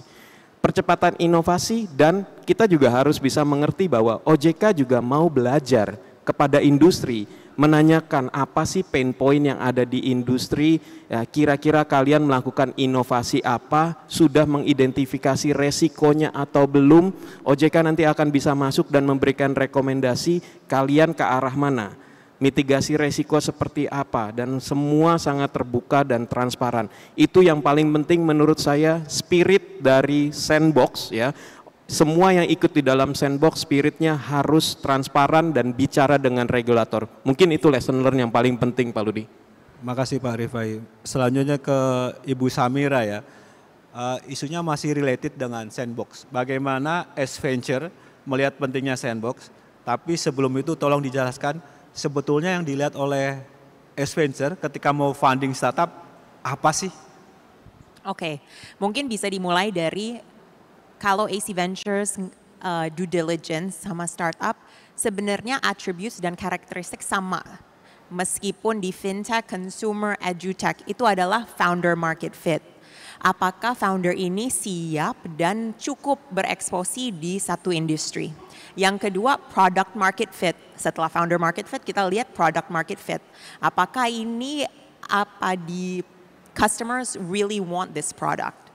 Nah, yang ketiga juga, what is the regulation risk? Apakah kalau misalnya kita udah invest dan udah growing, udah banyak customer, akhirnya ada challenge dengan regulation ini. Akhirnya dengan ada OJK Sandbox itu menurunkan, it decreases our worry that the startup can go through this regulatory challenge. Akhirnya juga dengan ada inovasi platform ini, kita bisa reduce that uncertainty. Jadinya startup bisa berinovasi dengan jalan yang uncertain karena dengan edukasi Sandbox ini. So I think it's about understanding, okay, ini udah ada founder fit, product market fit, tapi mereka udah siap nggak ya masuk ke market. Dan juga yang paling penting meningkatkan customer faith dengan ada edukasi Sandbox itu. Oke, terima kasih. Untuk Pak Alvin nih, bagaimana MAS menerapkan Sandbox di sana? Terus mungkin isu yang penting ya, bagaimana bisa melakukan balancing antara bisnis model dengan compliant terhadap regulasi. Silakan Pak Alvin. Thank you. All right, my apologies that I'll speak in English, all right, but yeah, it's more comfortable for me. Now, the notion of Sandbox in Singapore is actually quite different. And it's a journey that we took from about 2017 when we were deciding, hey, there are new innovations that want to come on board. What does it mean? Do they have to comply fully with our regulations?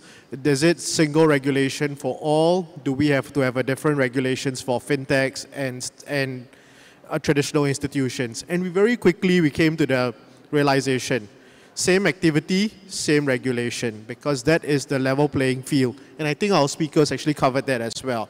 Once you have a level playing field, actually you realize that you have a degree of regulatory coherence that works for all. Then comes the second challenge. If you are a fintech, and I think the funder here will know this very well, you are depending on VC money, PE money, and so on and so forth. You have a balance sheet that is not as well-formed as traditional institutions. And much of financial services involve keeping capital aside, meeting tier 1 ratios and all these things. So what does that mean? It means that when you want to enter a market, you may not, I say again, you may not be able to meet all the requirements. Now, some requirements you must meet from day one. AML, KYC, from day one you must meet it.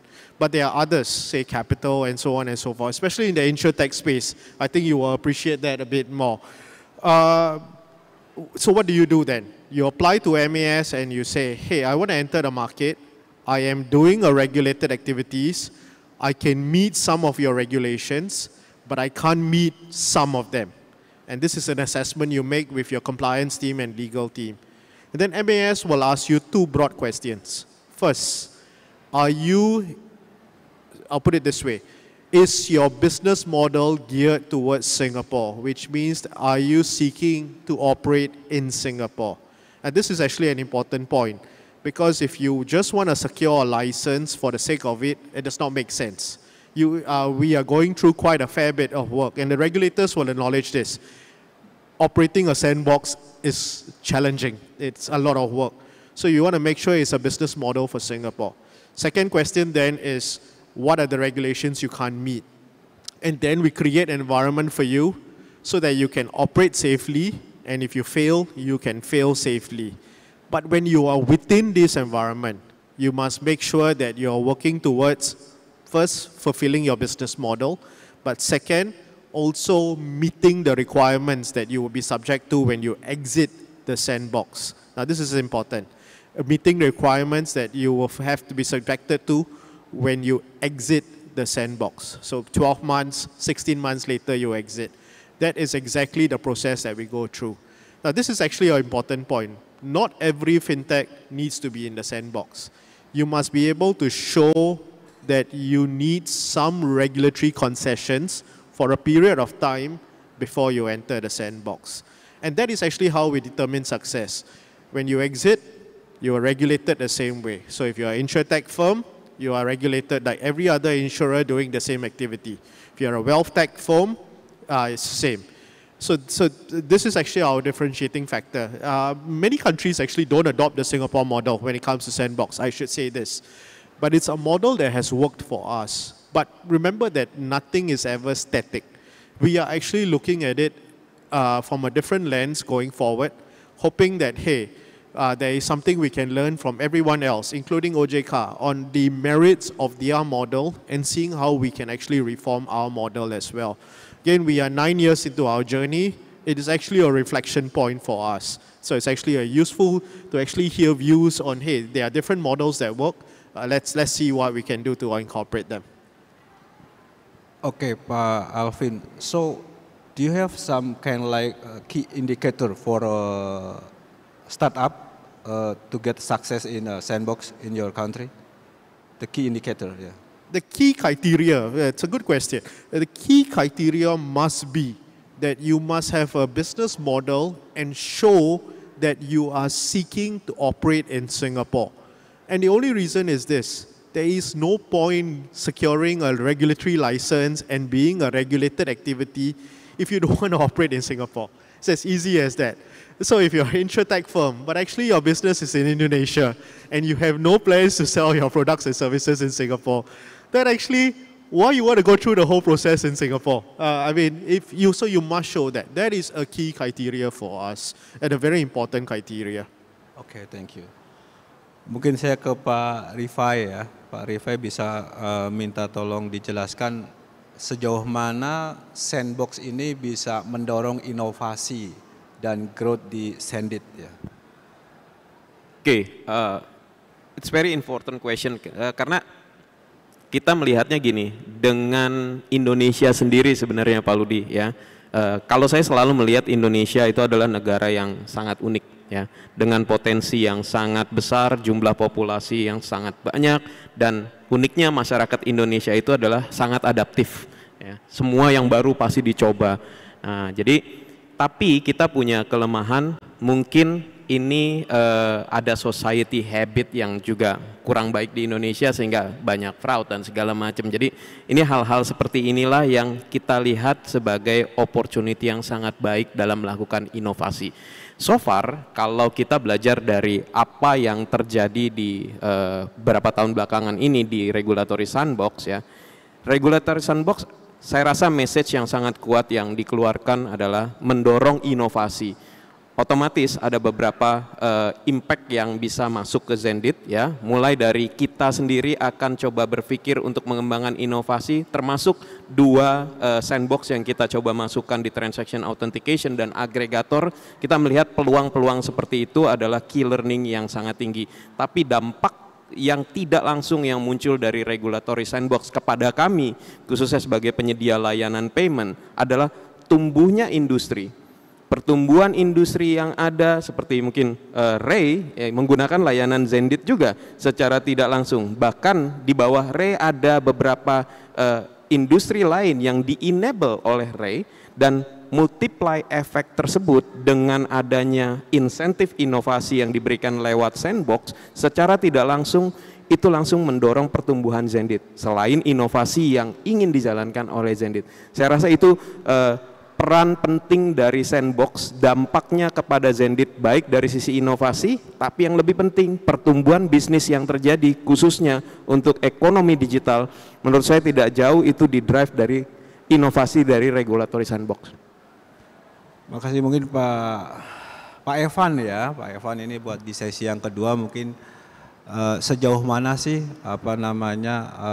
kebutuhan untuk membangun ekosistem antar fintech company. Silakan. Iya, mungkin menambahkan dari yang dimention oleh Pak Rifai gitu kan. Sejauh mana kebutuhannya? Bahwa produk dari Sandbox, kalau saya take one step back ya, produk dari Sandbox itu kan sebenarnya adalah untuk extending the horizon. Itu bisa dalam bentuk bermacam-macam. Yang pertama misalkan menerima bisnis model yang baru. Yang kedua policy yang ada di industri yang masih konvensional itu mungkin harus disesuaikan. Yang ketiga mungkin dalam bentuk membangun ekosistem dan connectivity-nya. Kebetulan di insurance atau insurtech itu uniknya adalah insurance memang terlihat seperti produk financial.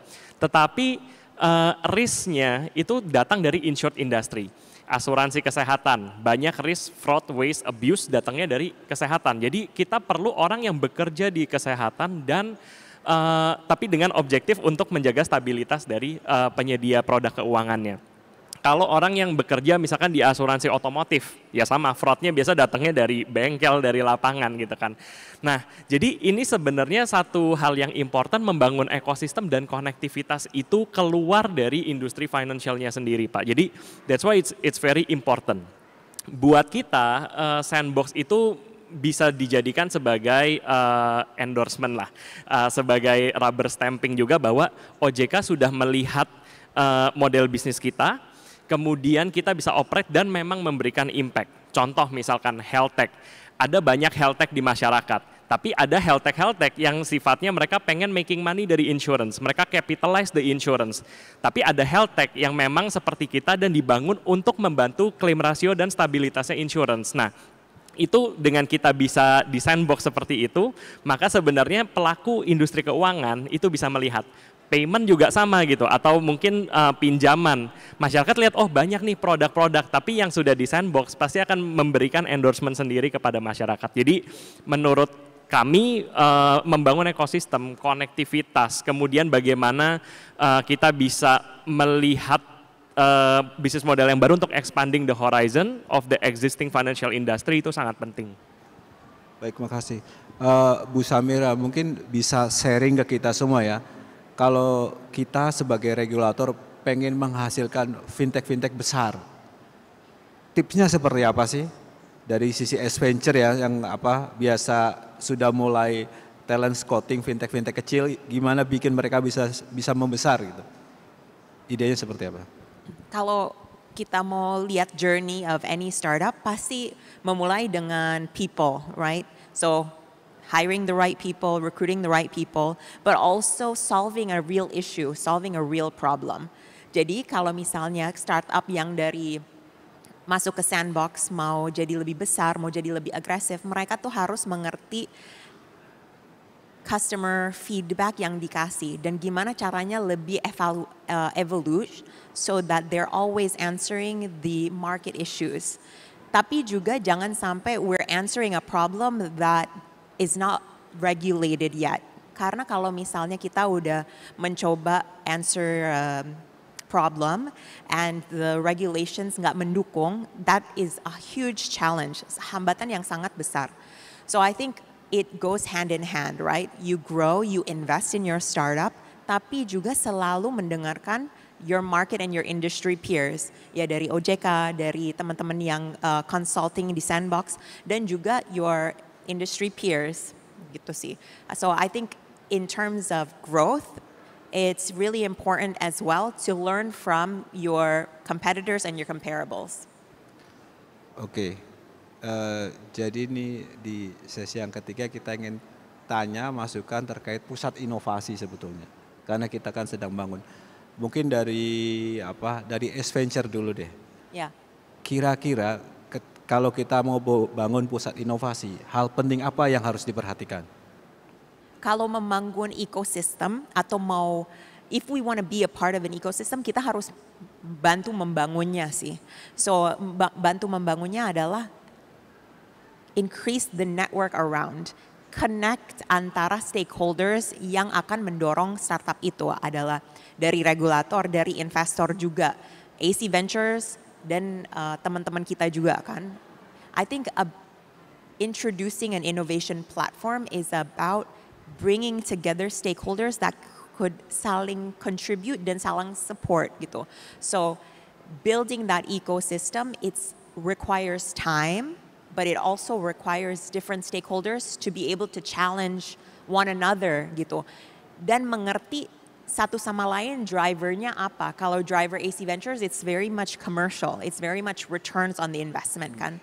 Kalau mungkin dari OJK mau membangun sektor fintech, so we have to understand what is the drivers that motivate each one of us and how is it best that we collaborate with one another. Apa keuntungan kita, benefits from each side. Oke, mungkin dari Pak Evan ya bisa menambahkan kira-kira hal-hal lain apa yang perlu kita perhatikan untuk bisa mendevelop pusat inovasi yang efektif. Untuk pusat inovasi efektif pasti kita semua setuju komunikasi harus penting, itu penting sekali. Jadi bagaimana kita sebagai startup terutama atau pelaku-pelaku inovasi ini bisa berani dan approachable lah teman-teman di pusat inovasi ini untuk bisa kita ajak diskusi. Open mindedness is also important. Tapi mungkin kalau saya garis bawahi satu hal yang cukup penting juga adalah keberanian ya, in a way bahwa apakah pusat inovasi ini bisa bersama-sama dengan pelaku inovasi ini membawa dan coba kita melakukan komunikasi dengan konvensional industri yang sudah ada. Contoh lagi misalkan, kalau kita bicara klaim di asuransi, sekarang kita tahu asuransi kesehatan klaimnya on the roof ya, sangat tinggi gitu. Nah, memang sudah ada diskusi bahwa oh kalau gitu kita harus membuat klaim asuransi kesehatan berbasis rekam medis elektronik, RME. Koneksilah dengan Satu Sehat DTO Kemenkes. Nah, tetapi di sini pusat inovasi itu sebenarnya sangat important ketika yuk coba kita bicara inovasi apa yang dibutuhkan. Apakah misalkan dengan asuransi diberikan data langsung ke rekam medis ada resikonya enggak? Nah, sometimes kalau teman-teman di conventional industry berpikir ya mereka dengan framework yang mereka sudah ada, dengan framework regulasi yang sudah ada. Tapi dari kita sebagai fintech atau sebagai pelaku inovasi ketika kita melihat opportunity seperti ini, kita melihat pasti ada risikonya juga. Nah, itu mungkin akan muncul ide bisnis model yang baru yang mana seperti saya mention sebelumnya, produknya bukan hanya bisnis model di kita, tetapi bagaimana itu bisa disesuaikan kepada industri yang sudah ada dan sudah berlaku. Jadi itu sih Pak, bagaimana kita bisa berani untuk juga melihat existing industrinya. Mungkin ada yang ditambahkan dari Pak Rifai? Ya, mungkin kalau saya sedikit menambahkan ya, pertama untuk kami yang di inovasi ya, kita harus tahu mana yang berbahaya, mana yang tidak berbahaya. Tapi di luar dari itu pasti kita sebagai pelaku bisnis sudah tahu lah ya, nah, ini area-area yang berbahaya maka harus melakukan mitigasi resiko. Tapi kalau kembali kepada pusat inovasi tadi Pak, yang paling penting adalah mengundang stakeholder yang tepat untuk setiap project yang ada. Karena kalau kita bicara inovasi, sometimes it's too general, ya. So kalau kita mau melihat, oke, kita mau menginovasi dari sistem pembayaran, maka stakeholder yang tepat harus masuk.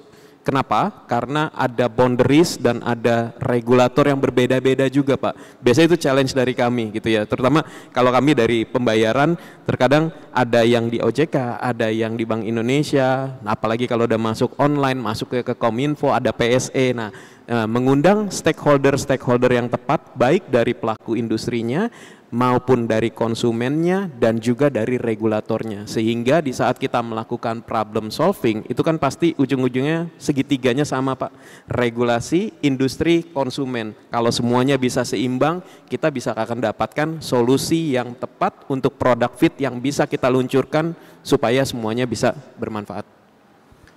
Mungkin saya bisa ditambahkan secara teknis, membangun inovasi itu seperti apa sih yang biasa dilewati oleh fintech company?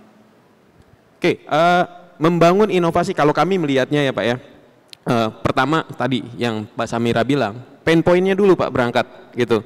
Kalau kita sekarang selalu bicara mengenai digitalization ya, apa sih sebenarnya digitalization? Nah, kita melihat dari proses biasanya Pak, ya, in the conventional way we always do things with proses manual dan segala macam. That's part of innovation.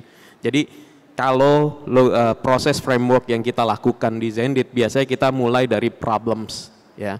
Dan kita baru bicara mengenai, okay, can we solve this problem? And last part, what we need to do to solve this problem.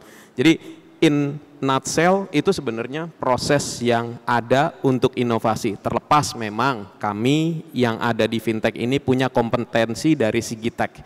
Terkadang kendalanya belum tentu kita understand problemnya dengan benar, gitu ya. Nah, ini yang mungkin menjadi kendala yang sekarang ya. Fintech itu jalannya ngebut, Pak, ya. Sementara industri yang konvensional itu kan mereka lebih banyak prosesnya, birokrasinya. Terkadang fintech udah jalan duluan untuk masukin solusi, kebablasan.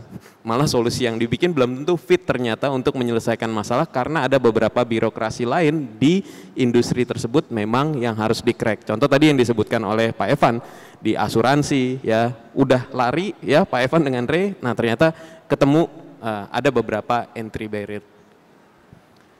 Baik, Pak Alvin, di MAS apa ada pusat inovasi? Kalau nggak ada, mungkin bagaimana sih caranya MAS mendorong pengembangan fintech yang ada di sana? Thank you. So the point is that we don't maintain a center of innovation in MAS. So the whole fintech and innovation group is designed with innovation in mind.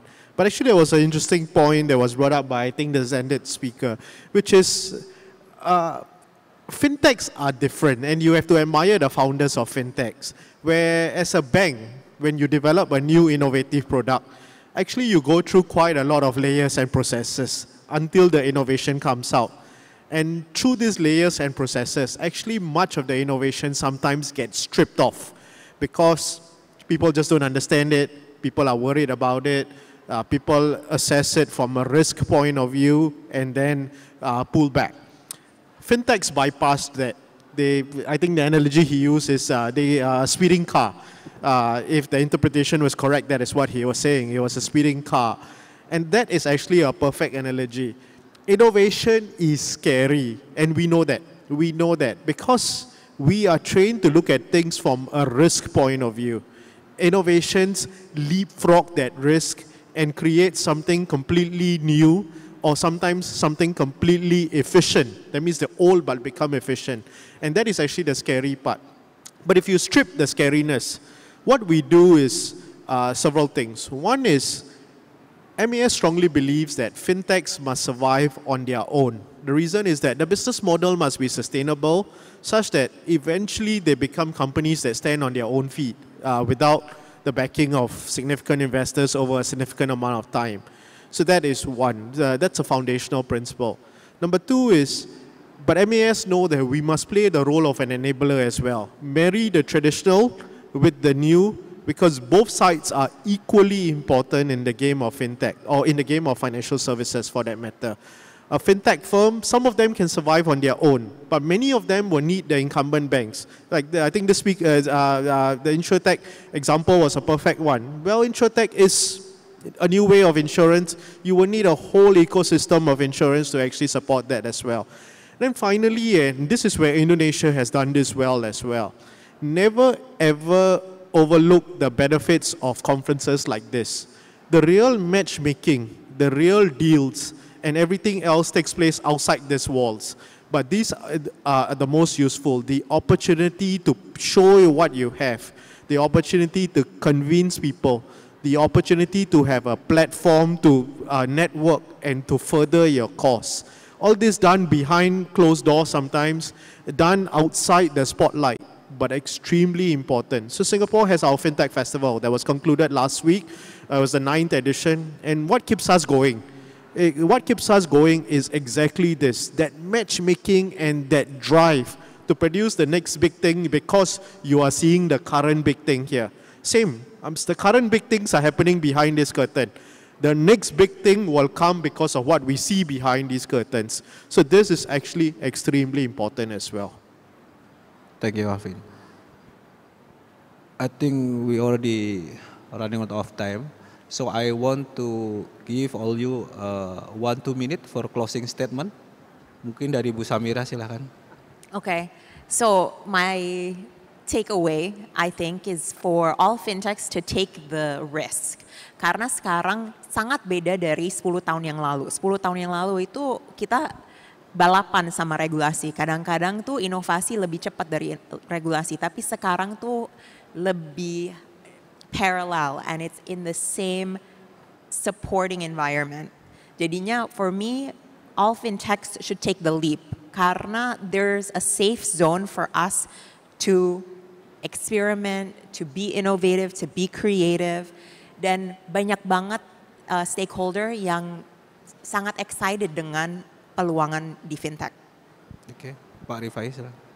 Oke, kalau dari saya mungkin don't stop believing, ya, don't put limit on your innovation, karena opportunity-nya sangat besar dan kita bisa melakukan banyak hal, terutama ya mungkin pardon my language bisa abuse regulatory sandbox ini ya untuk berjalan. And believe me, once you are in the sandbox, ya sudah masuk ke dalam sandbox, untuk expand bisnisnya bakalan lebih enak karena kita punya better firm standing untuk legal. Di saat kita ketemu dengan partner, dengan customer, your business growth to acquisition and to finalize and verify your proof of concept will be easier because it will be easier for you to acquire more customer or partner.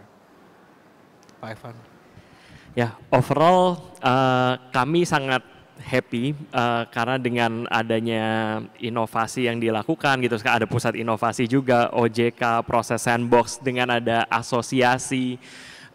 Menurut kami itu membuat atmosfer dari fintech innovation ini sangat sehat dan maju di Indonesia. Harapannya sih semoga in the future betul bahwa tetap kita berfokus sandboxnya pada inovasi, pada extended horizon.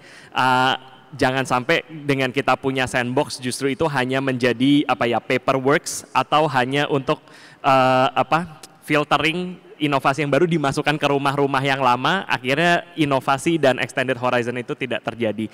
Mudah-mudahan maju terus buat teman-teman yang bergerak di fintech supaya industri semakin maju dan masyarakat juga semakin happy. Alvin. Thank you. Last word, and I have 25 seconds. I will say this, innovation is not a zero-sum game. Nobody needs to lose in this space. Regulators will learn, incumbent financial institutions will up their game, and fintechs will have space to innovate, pedal their way, and also be successful. That is actually something we should take away from. Nobody needs to lose, nobody needs to tighten up and all these things. We do this honestly. I suspect that the pie is large enough for all of us. Terima kasih banyak buat pembicara kita yang sudah menyampaikan pandangan, experience, sama harapan. Bapak Ibu sekalian, demikian diskusi kita hari ini. Sebelum saya akhiri, saya mohon aplaus yang meriah untuk seluruh pembicara. Sekali lagi terima kasih. Wassalamualaikum warahmatullahi wabarakatuh. Selamat siang untuk kita semua.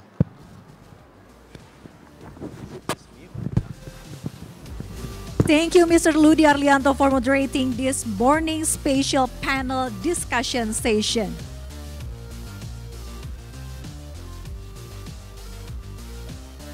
And we would like to extend our gratitude to our panelists for their participation and for sharing their valuable insights in this session.